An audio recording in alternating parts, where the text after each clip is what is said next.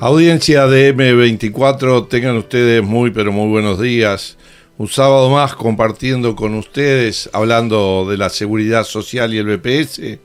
y siempre acompañados con otros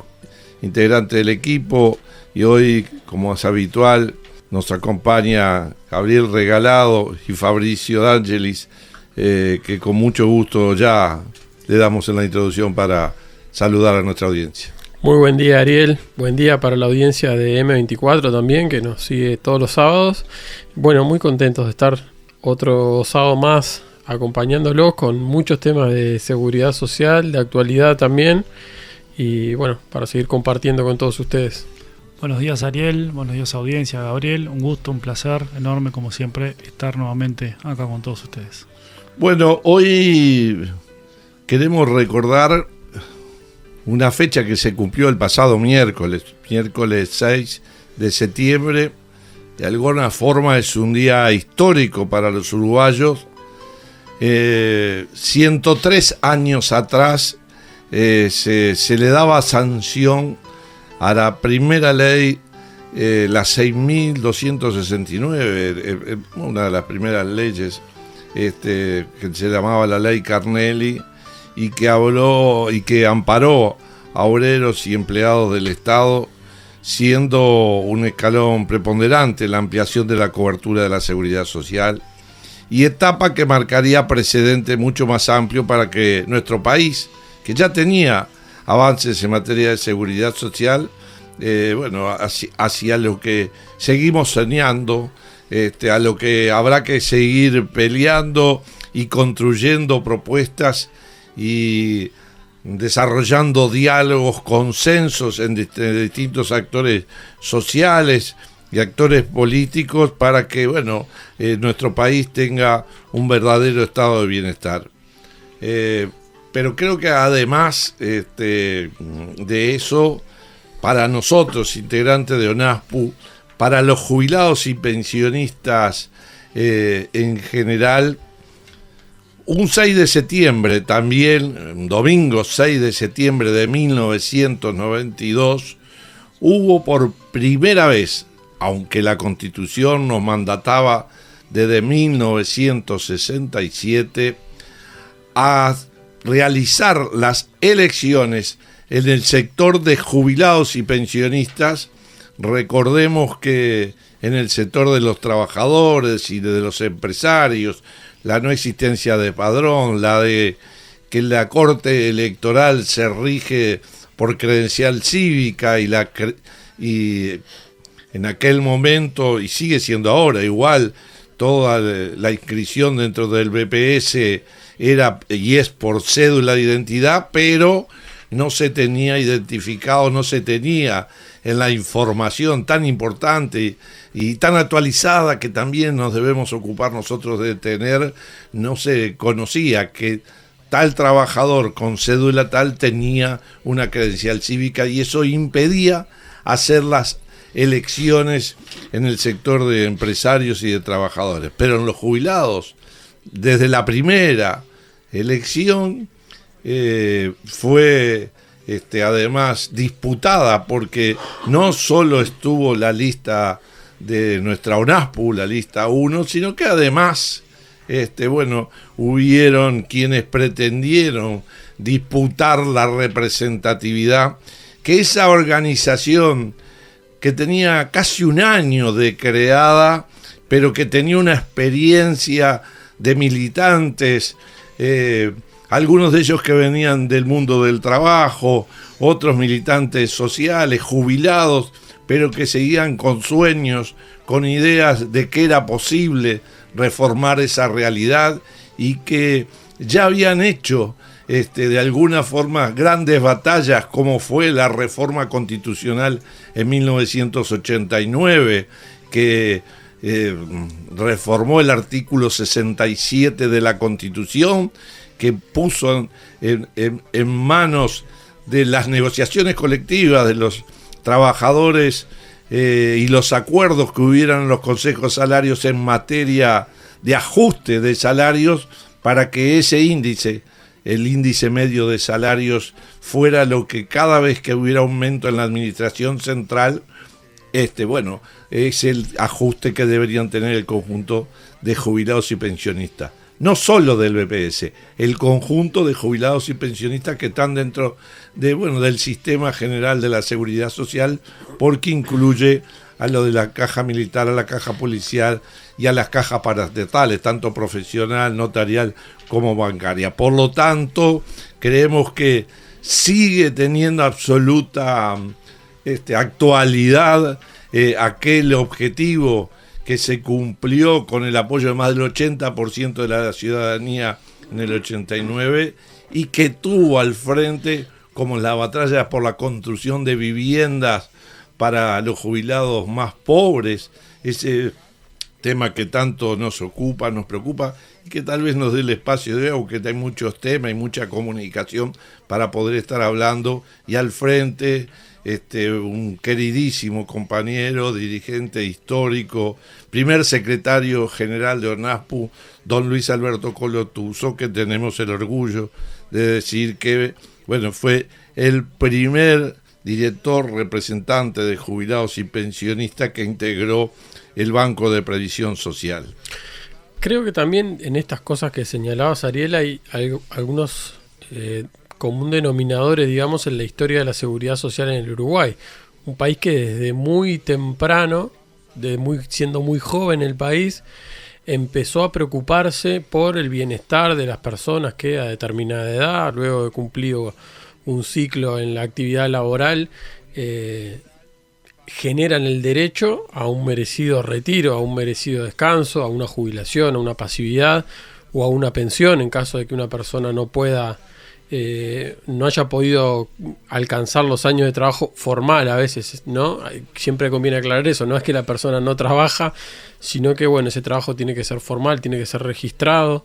Desde muy joven, decía, el país se empieza a preocupar por eso, y si se quiere también desde muy joven se empieza a preocupar por esta participación social, este diálogo, esta vocación de diálogo entre los distintos actores, digamos, más allá de que la Constitución se materializa, lo que dice la Constitución en el 67 se materializa recién en el 92, igual del 92 podemos hablar de que han pasado ya más de 30 años y habla de una tradición de diálogo, de una tradición de discusión y de construcción colectiva de la seguridad social, que me parece que siempre es importante destacar, valorar y continuar alimentando, ¿no? Esa forma de pensar y de trabajar en la seguridad social a partir del diálogo, de las propuestas, del intercambio, de todos los actores involucrados, políticos y sociales. Sí, es muy cierto lo que decís, Gabriel, sobre todo considerando y poniendo en el centro de la discusión a las personas, ¿no? Y darle el valor y la importancia que eso tiene. Las grandes reformas, o por lo menos las últimas grandes reformas en seguridad social, claramente tuvieron esa vocación de diálogo, de discusión, no solo desde la academia, sino también con las organizaciones sociales, los partidos políticos, y creo que eso es bien importante, sobre todo pensando también en lo que se viene, ¿no? Sí, y creo que debe seguir siendo así, porque dentro de los propios principios de la seguridad social, más allá del modelo que cada país, de acuerdo a su realidad, al mundo del trabajo, a la composición de la sociedad, a los niveles de expectativa de vida y demás, la participación social, eso que recordábamos, que allá un 6 de septiembre del 92, la primera elección, y al mes, el 7 de octubre, por primera vez el directorio del BPS se integraba por 7 miembros, creo que sigue estando vigente. Y por eso, desde ONASPU, venimos en ese proceso de construir una propuesta de reforma, que sea una reforma integral, que sea una reforma donde se piense en la gente, teniendo en cuenta la sostenibilidad económica, financiera, sin duda, que cualquier modelo necesita, donde además no contenga negocios para nadie, pero en particular para las empresas privadas, como hoy las administradoras de fondos de pensiones. Pero los cambios profundos en materia de seguridad social no se hacen en un solo acto. Debe ir en forma progresiva avanzando y por lo tanto ese proceso que habíamos en diálogos en el 2008, en 2012, empezado a construir, que tanta amplitud ha dado a derechos, y particular cuando se analizan los temas de géneros o la flexibilización del derecho jubilatorio, creando distintas causales de jubilación por edad avanzada, o los seguros de paros parciales, o como parte de la protección social, empezar a construir un sistema nacional integrado de salud. Bueno, ese proceso hay que darle continuidad, por lo tanto, y por eso ONASPU viene avanzando. Hicimos una presentación, la representación junto con ONASPU el 11 de agosto, entrarán a la segunda quincena de septiembre ahora la realización de los 5 regionales para llegar en los primeros días de noviembre, 9 y 10 para ser más exacto, al Congreso, que este año es programático, donde ahí de alguna forma aprobaremos estas elaboraciones con otras propuestas que puedan surgir de la propia discusión, que siempre enriquece, y definiremos también el camino a continuar en eso que ya de alguna forma, por nuestra historia, por nuestro método, por los antecedentes, el diálogo, la participación sin exclusiones es el método donde llegamos a la construcción de cambios que nuestra seguridad social necesita imprescindiblemente. Sí, hay cambios que tienen que ver con aspectos que la reciente reforma, que la reciente ley dejó de lado. Hemos acá en este programa desarrollado largamente algunos de los aspectos que tienen que ver directamente con la seguridad social, tienen que ver con la justificación por la cual se hace una reforma de seguridad social, pero sin embargo luego no se materializan en artículos que tengan que ver con esa realidad que se está diagnosticando. Hemos hablado del sistema de cuidados, hemos hablado de continuar avanzando en políticas que permitan mitigar esa diferencia de género que sí existe en el mercado de trabajo y que penaliza a las mujeres en el acceso a las jubilaciones y pensiones. Entonces hay muchas cosas que la reforma no aborda y hay otras que sí aborda y las deja o empeora la situación, o algunas encuentra soluciones que para nosotros no son las más adecuadas y que incluso pueden generar perjuicios para mucha gente. Sin ir más lejos, es el caso de la mala solución que termina adoptándose para las personas que marcaron el artículo 8 una vez que empiezan a trabajar, se incorporan al régimen mixto, y se genera ahí una situación en la que algunos se van a poder desafiliar, estar a tiempo, pero tienen un plazo perentorio. Entonces, si estoy en esa franja de edad puedo, si no estoy en esa franja de edad no puedo. A su vez, esas personas, todas esas personas, tanto las que tengan todavía la posibilidad de revocar la opción como las que no, se pueden llegar a ver perjudicadas en su futuro ingreso jubilatorio, y eso es otro de los temas que queríamos conversar hoy porque sigue siendo de mucha preocupación. Sí, Fabricio, a ver, para situarnos, los mismos y los responsables principales de la reforma en el 95,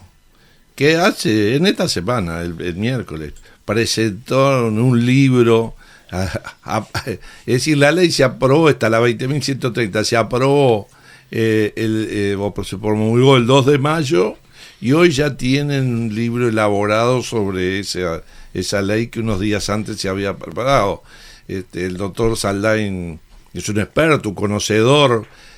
con una visión absolutamente antagónica a la que tenemos nosotros, pero en el 95 nos promovía una reforma que se concretó en romper el sistema de reparto y crear un sistema mixto, y como decía el Banco Mundial, hay que ir hacia la privatización, no importa de cómo y el tiempo que lleve, porque el desarrollo de los modelos en cada uno de los países son distintos, y era tal el prestigio del Banco de Previsión Social, la amplitud de los servicios que había en el Uruguay, que no podía ser su modelo sustitutivo como fue el chileno. Pero aquel modelo que creó el sistema mixto, que puso un artículo 8 para motivar a que aquel que no tenía obligación de afiliarse a una FAP se afiliara, resulta que estos mismos, cuando aprueban esta ley 20.130, eliminan esos artículos. ¿Y con qué consecuencia, no, Fabricio? Sí, sobre todo con un aspecto que me gustaría por lo menos mencionar o referir previo a abordar, y es que, bueno, en el derecho hay un principio que es el de seguridad y certeza jurídica, y lamentablemente acá no se estaría respetando. ¿Por qué digo esto? Porque, bueno, todos aquellos que voluntariamente ingresaron al sistema, de alguna manera ahora se les está modificando las reglas de juego. Y eso nos parece que no es un detalle menor, sobre todo teniendo en cuenta que estamos hablando de el futuro, o digamos, de lo que van a recibir el día que estas personas dejen la vida activa, el mercado de trabajo. Entonces, nos parece que, bueno, eso cuando uno firma un contrato, como sería en este caso, ¿no? De alguna manera, bueno, tiene cierta expectativa de que va a recibir una determinada prestación, que ahora, por imperio de esta ley 20.130, bueno, se modifica y se elimina. Y bueno, estamos hablando de tiempos perentorios, lo que decía recién Gabriel, y bueno, en un grupo etario entre personas entre 40 y 50 años, que tienen tiempo hasta el 30 de noviembre para reservar el derecho, ¿no? Esto queremos ser bien claros, es la posibilidad de reservar el derecho para recibir el asesoramiento del Banco de Previsión Social. Sí, porque como se hizo en la ley de los cincuentones, anteriormente se había hecho la ley 19.162. Correcto. Que era la que le daba la posibilidad a aquel que nunca, a valores de hoy, ganó 78.700 pesos, por lo tanto no estaba obligado a afiliarse a una AFAP, pero se había afiliado, que pudiera deshacer esa opción, ¿no? Y entonces solo seguir aportando al BPS. Esa opción la podía hacer entre los 40 y 50 años, por eso para ese universo tiene plazo hasta el 30 de noviembre. Y bueno, y aquellos que se quedaran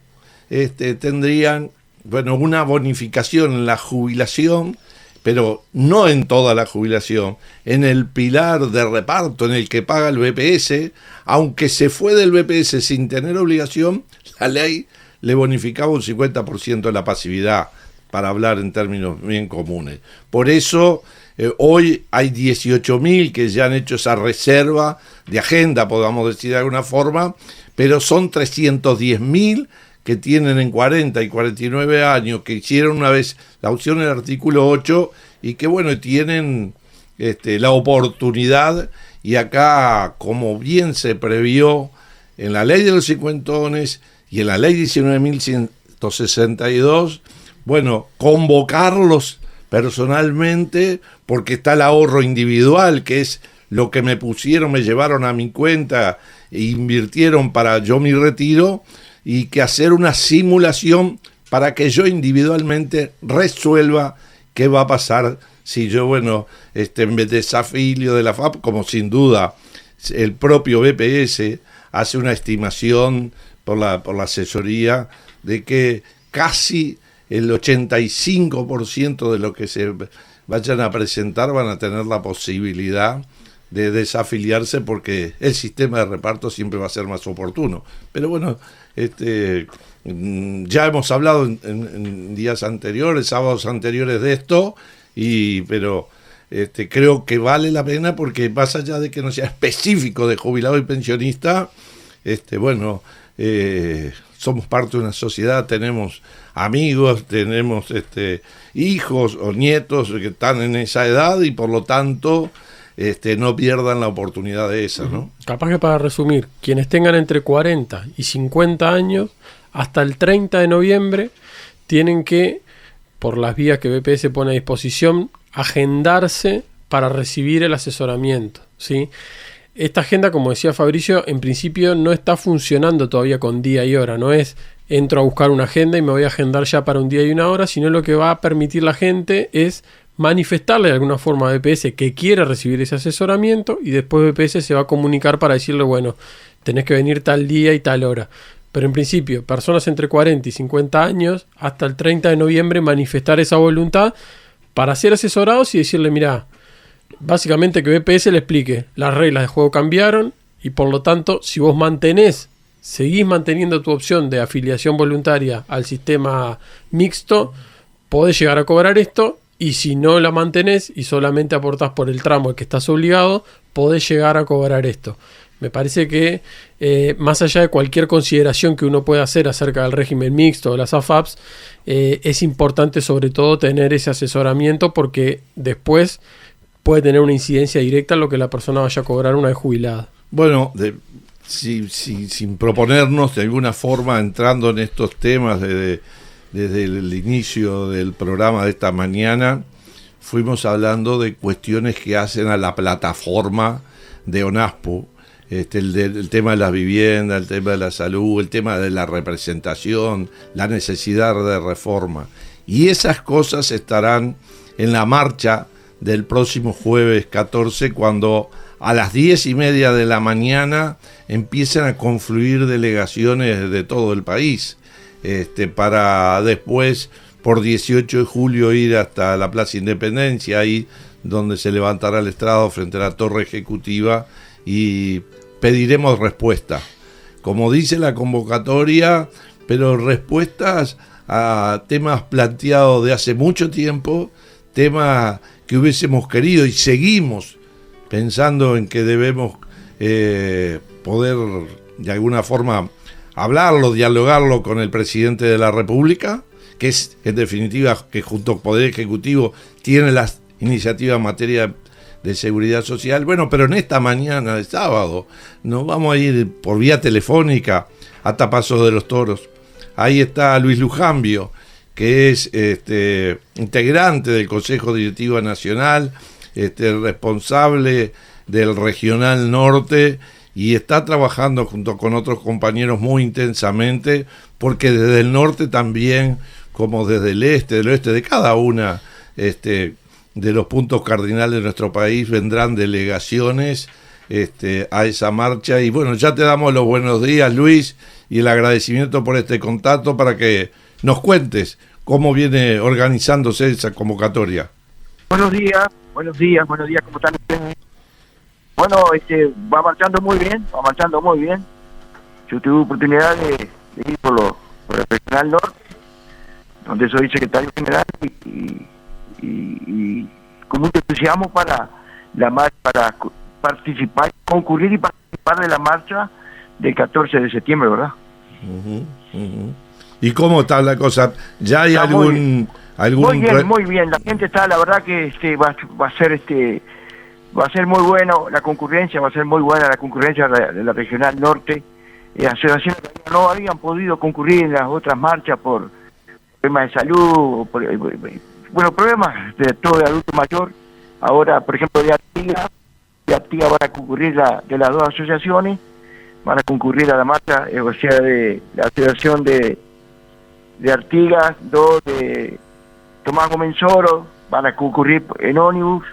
van a concurrir de Bella Unión.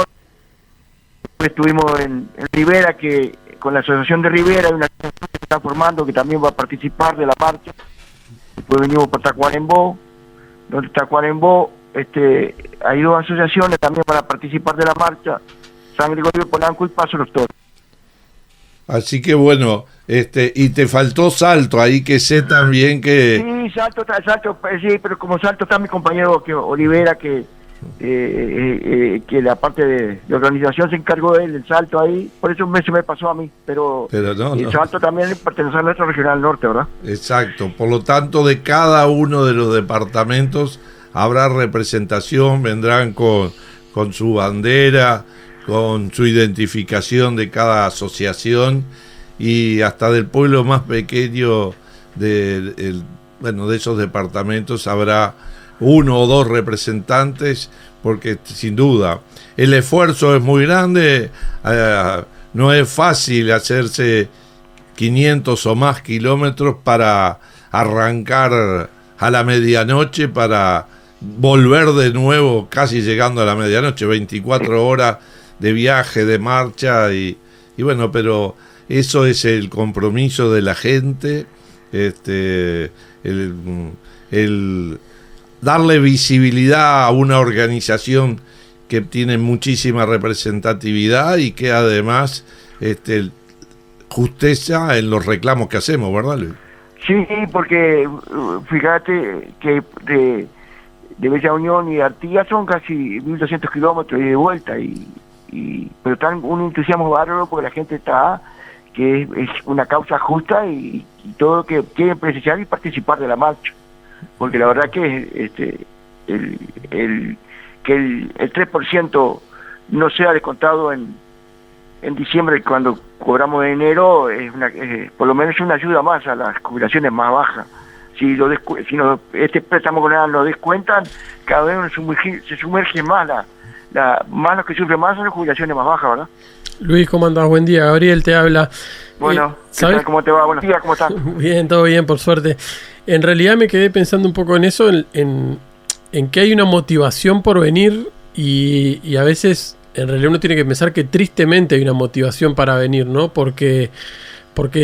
muchos de los motivos que tiene la gente para acercarse, para hacerse oír, para participar de una marcha, para defender sus derechos, para plantear sus reivindicaciones, lamentablemente tienen que ver con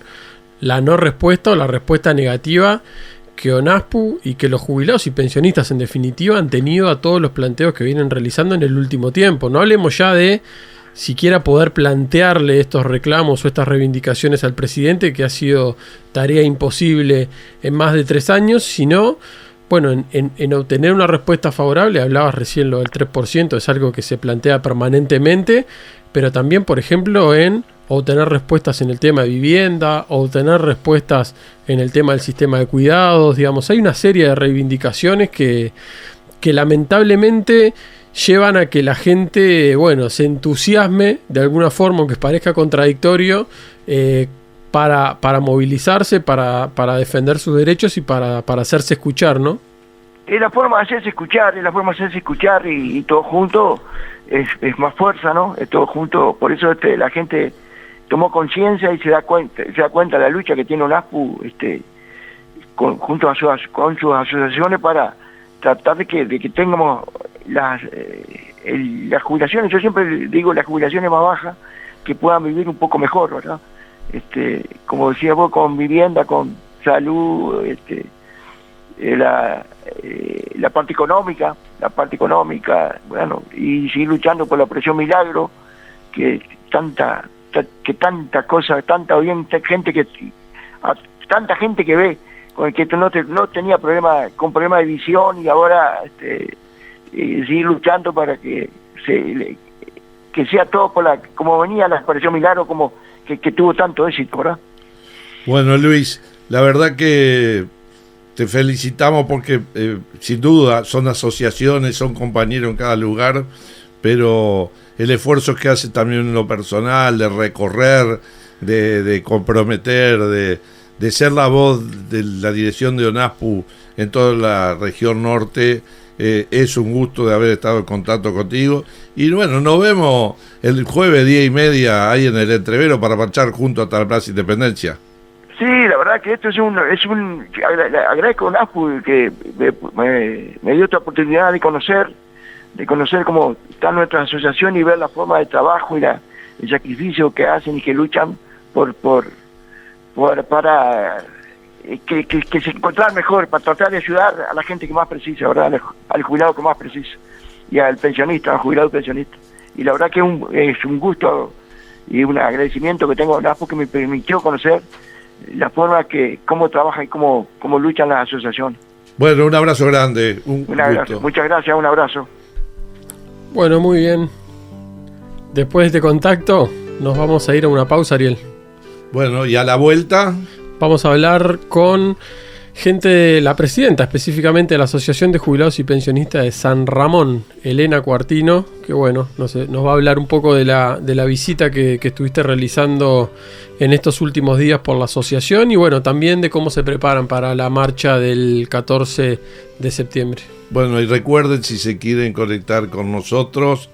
099-215-270 es la forma de dejar un mensaje, una consulta, cualquier duda, y para escucharnos m24.com.uy si es por internet, o si estás por el este, el 102.5 FM, para, bueno, también como lo haces acá en el sur por M24. Bueno, continuamos en M24 hablando de la seguridad social y del BPS, Caminante Radio,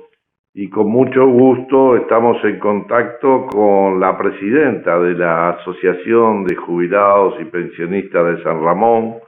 la señora Elena Cuartino, que además de saludar, bueno, queremos compartir con la audiencia ese grato momento, ese intercambio que tuvimos cuando la semana pasada visitamos la asociación, además de, bueno, creo que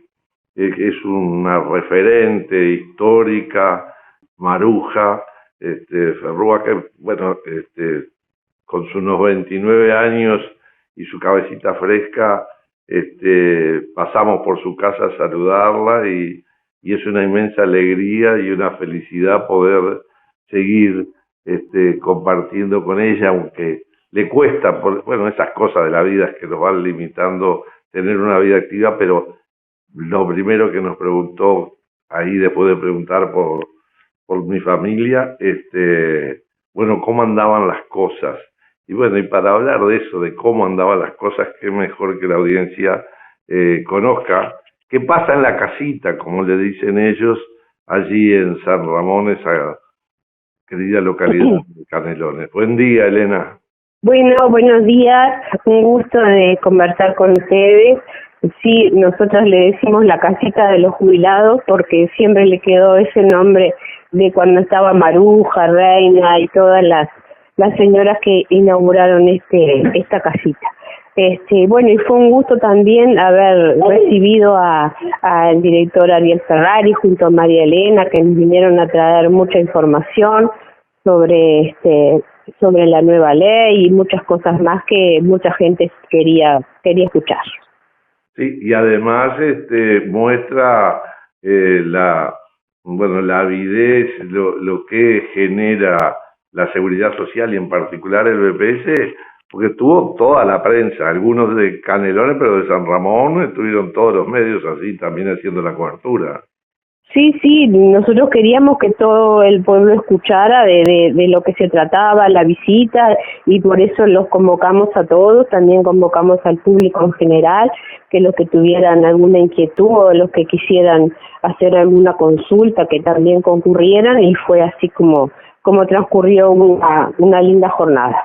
Muy bien, sí, la verdad que nosotros nos fuimos muy satisfechos, siempre nos pasa igual. Nos lamentamos de a veces no tener el tiempo suficiente para recorrer todo el país y ir periódicamente a las distintas asociaciones, pero está claro, son más de un centenar y nuestros tiempos, además de las responsabilidades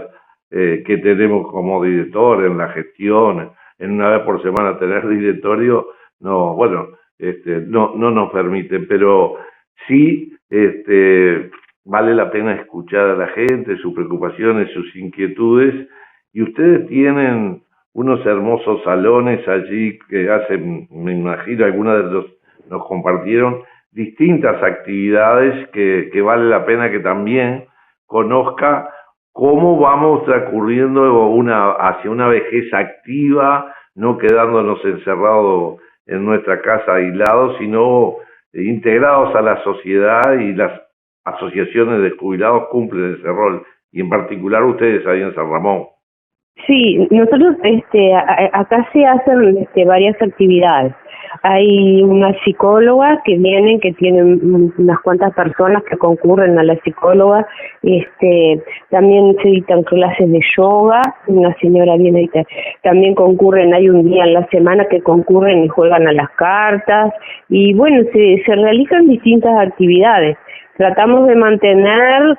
precariamente con lo que podemos, ¿no? Con los pocos ingresos que tenemos para mantener los salones, y ahora estamos en vistas de solicitar una ayuda económica al BPS para ver si podemos arreglar algunos techos que se llueven y arreglar algunos salones. En esas actividades estamos. Además, ahora el 23 de septiembre tenemos un almuerzo bailable, porque acá a la gente le gusta mucho bailar, entonces también tenemos un almuerzo bailable, y bueno, les gusta pasar lindo y divertirse, ¿no? Me parece muy bueno, porque creo que, bueno, a todo lo que puede ser lo gremial, el tener, y está muy bien que además, porque es parte de los objetivos del BPS, apoyar a las instituciones que sin fines de lucro de alguna forma también colaboran con el BPS en hacer mejor la calidad de vida de los adultos mayores. Ese es parte de un rol de las asociaciones, y por eso cuando hacen proyectos, bueno, como en este caso para el mantenimiento, o para la ampliación de la infraestructura o para algún mobiliario, y cumple con el objetivo que tiene la asociación, bueno, se aprueba en definitiva esas partidas que son parte de los fondos de la seguridad social, y que valen la pena porque, bueno, de alguna forma la devolución no es pagando cuotas de lo que se entregó, sino la devolución de esa inversión que hace el BPS es, bueno, todo ese disfrute, todas esas cosas que nos estabas contando como actividades, y que vale la pena, como, bueno, la del próximo 23, que será sin duda para algunos la única que tendrán ese mes, porque a veces hasta los recursos no alcanzan para hacer otras actividades que si no fuera una asociación sería mucho más difícil. Y un tema más que yo sé, y me dijeron que estaban pensando en el próximo jueves, en la movilización que hace ONASPU, poder una delegación venirse hasta acá. ¿Cómo están trabajando? Sí, estamos trabajando en eso, sí, ya tenemos contratada una camioneta, estamos anotando a las personas que quieran concurrir, lo hemos difundido en un grupo de WhatsApp que tenemos, para que sepan que la camioneta va a salir para concurrir a la manifestación, y bueno, tenemos unas cuantas personas anotadas ya, esperemos llenarla para poder concurrir. Sí, es muy importante porque son nuestros derechos los que vamos a defender, ¿no? Me parece muy bien, y es así como tú dices, y bueno, y de repente capaz que aprovechan también a darse una vueltita, ojalá que nos haga un día hermoso, porque va a ser hermoso por la movilización, pero también que sea primaveral, y que nos permita también a ustedes de repente darse alguna vueltita después de la movilización por la Rambla o por algunos de los lados lindos que tenemos acá en Montevideo. Sí, por supuesto, claro que sí, eso es lo que esperamos hacer también. Bueno. Así que eso es lo que tenemos planeado, por lo menos. Esperemos que sí, que el tiempo nos acompañe, y nos va a acompañar, sí, por supuesto. Bueno, yo te agradezco mucho, Elena, por estos minutos. Sé que además estás ahí y se portó como todo un hombre, el nieto que está compartiendo esta mañana con él, y mantuvo el silencio para que la abuela pudiera hacer esta grabación, cosa que exactamente. Bueno, un abrazo grande. Bueno, igual para ti, que pases muy bien y que tengan un buen día. Gracias, buenos días. Un abrazo.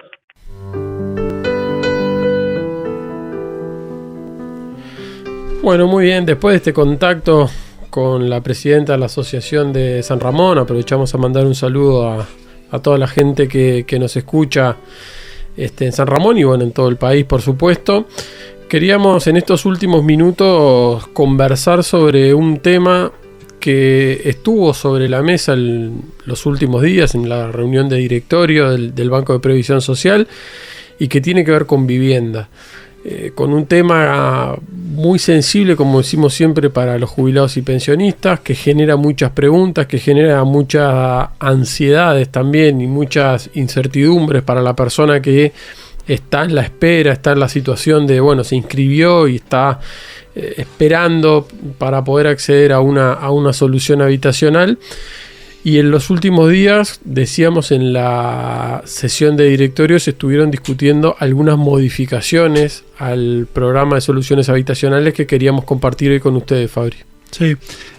como bien decía Gabriel, bueno, se hizo una actualización, una modificación al reglamento de inscripción, selección y adjudicación del programa de soluciones habitacionales. Recordemos a la audiencia que una de las patas o uno de los programas es la entrega de vivienda propiamente dicho para, bueno, aquel jubilado pensionista que cumpla con los requisitos que establece la normativa y que pueda acceder a una vivienda que el BPS le otorga en préstamo de manera vitalicia. Y bueno, ahí lo que un poco fue lo que se hizo, se trató en el directorio, bueno, fue actualizar sobre todo con los cambios que han habido en estos últimos años. Y bueno, básicamente lo que se está proponiendo es, bueno, darle un mayor peso, una mayor preponderancia, sobre todo a las personas de mayores edades, ¿no? Cuanto, bueno, uno más avanza en edad, bueno, más necesidades tiene, en este caso, bueno, en poder, en este caso, acceder a una vivienda.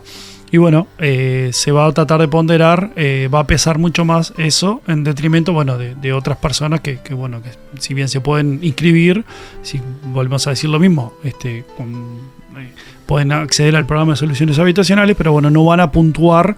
junto con otros factores que tiene ahí la normativa. Es decir, porque el que tiene derecho es aquel que gana hasta 12 unidades reajustables, poco más de 19.000 pesos, que sea jubilado o pensionista de viudez,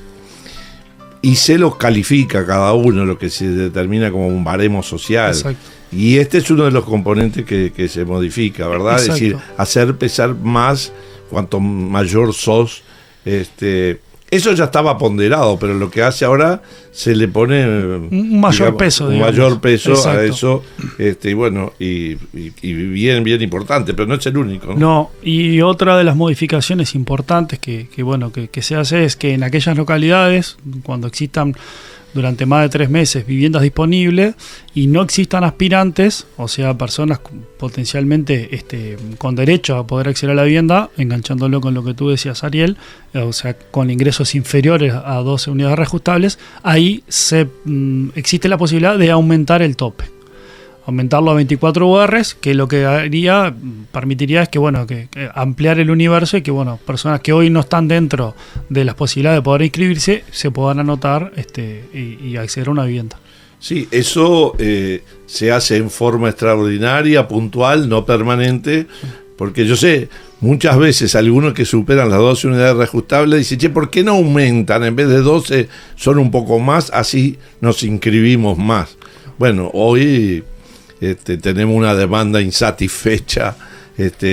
no ha habido en esta administración construcción, primero llamado a licitación para construir nuevas viviendas del compromiso que en el presupuesto quinquenal puso el gobierno cuando mandó ese proyecto de presupuesto y lo aprobó el Parlamento, esas 607 viviendas que en este periodo se iban a hacer para las soluciones habitacionales del BPS no se hicieron. Entonces, lo que haríamos si correríamos en forma permanente, aumentar la demanda satisfecha, pero no dar respuesta. Y es generar una expectativa que claramente de una demanda que el banco no va a poder cumplir, porque por lo que tú decías, no hay gente en lista de espera y obviamente sí, no va a sumar. Y creo que esto es una cosa buena que acompañamos en el directorio y nos pasó. Buscamos, voy a poner el ejemplo en Cardona, donde había viviendas a disposición, pero no había nadie que necesitara vivienda y que estuviera por debajo de 12 unidades reajustables. No quiere decir que no hay nadie en Cardona que gane menos de 19.000 pesos. No, capaz que lo hay, pero tiene la vivienda resuelta, o vive con un hijo, o heredó o de su familia un pedazo de tierra, una casa, y vivía ahí en el pueblo,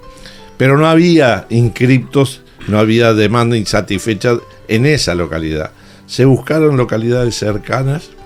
y bueno, la gente a veces no quiere desarraigarse, no quiere, aunque tenga dificultades, quiere seguir quedándose en el lugar. Nos pasa hasta gente que están en complejos donde BPS ha resuelto de alguna forma realojarlo porque las condiciones de ese complejo no son las mejores. Se está cambiando, se ha hecho un convenio ya hace bastante tiempo con el ministerio para cambiarlo, y hay gente que dice, no, yo tengo mis afectos, mis vecinos, yo no tengo otra familia que ellos, si estoy enfermo son los que vienen a verme, los que me hacen los mandados, y esos son todos de los componentes que hace a la complejidad de esto, ¿no? Sí, ahí, bueno, parte del baremo que recién hablamos, que se actualizaba, puntúa todas estas cuestiones socioeconómicas, ¿no? Que bueno, que son bien importantes, porque no solamente darle una vivienda y me desentiendo del problema, ¿no? O bueno, un cambio en este caso que tú planteabas. Y muchas veces la gente, bueno, por motivos personales que son totalmente valederos y entendibles, no quieren cambiar y quieren seguir en su lugar donde están arraigados de tanto tiempo. Hay una aclaración que me parece que la gran mayoría, si no todos los que están inscritos en el programa de vivienda, lo deben de tener claro, y es que una vez que uno se inscribe, necesariamente tiene que recibir esta valoración social, este baremo social del que hablaba Fabricio ahora, que es lo que se modifica. Porque hay mucha gente que plantea, y seguramente con justicia, porque si uno le está diciendo que que está en condiciones de acceder, que por qué no accede todavía a una vivienda cuando hace 3, 4, 5, 6, 7 años que está inscrito en el programa y ve que no llega a su momento. Bueno, ahí hay varios motivos. Uno es el que decía Ariel, por ejemplo, recién. Lamentablemente en el último periodo, y por algo es uno de los puntos que está en la plataforma de la movilización del próximo jueves, no se han construido nuevas viviendas, no se han hecho llamados a licitación, y eso genera que esta demanda insatisfecha que decía Ariel, de gente que se inscribe porque legalmente, digamos, cumple con las condiciones, lo único que hace es que esa demanda se vaya incrementando. Y en segundo lugar, porque hay que tener en cuenta que cuando uno se encuentra con situaciones en donde tiene más demanda de gente que necesita una solución habitacional que oferta, en este caso que vivienda, tiene que establecer algún sistema de priorización de cómo se van adjudicando los que hay, y ahí entra en juego este aspecto del baremo. Y por eso simplemente, más allá de que, repito, seguramente todos lo tengan claro, muchas veces puede surgir ese interrogante, ¿por qué pasa tanto tiempo sin que pueda acceder a una vivienda? Sí, y hemos además de alguna forma cerrado, que es un proceso, el llamado a licitación para la inscripción y determinación de empresas para reparar, para readjudicar aquellas viviendas que por las razones que sean quedaron desocupadas, y hay que hacer una puesta a punto. Es decir, lo que dice la ley, que tengo que entregar esa vivienda en iguales condiciones que cuando por primera vez entregué. Por lo tanto, en esta administración se resolvió ya en el 2020 separar la administración, que hace todo un trabajo administrativo, de contralor, de evaluación, en cada complejo, con lo que es las empresas para reparaciones y demás. Nosotros fuimos muy críticos a ese proceso, y fue observado el tema. Se aprobó la de administración, pero la de las reparaciones fue observado por el tribunal más de una vez, a tal punto que tuvo que empezarse de nuevo, y esto llevó a las brutales demoras que tenemos, que la gente dice, a mí dame el tarro de pintura, que yo igual necesito la vivienda, pero legalmente no podemos hacer eso. Y de todas formas esperemos que se acelere, porque hay más de 200 viviendas en esta situación. Este año, agosto, llevamos entregada 84 viviendas recuperadas, digamos, reasignadas, mientras que, solo se hicieron poco más de 50 entregas de viviendas nuevas, viviendas todas ellas construidas anteriores. Pero como nos pasa sábado a sábado, se nos está yendo el tiempo. Es un gusto de haber compartido esta mañana junto a Gabriel, junto a Fabricio. Agradecerles a ustedes la participación y en particular en los controles a Beto Ruiz. Y si ustedes quieren, nos reencontramos el próximo sábado. Un fuerte abrazo. Un abrazo.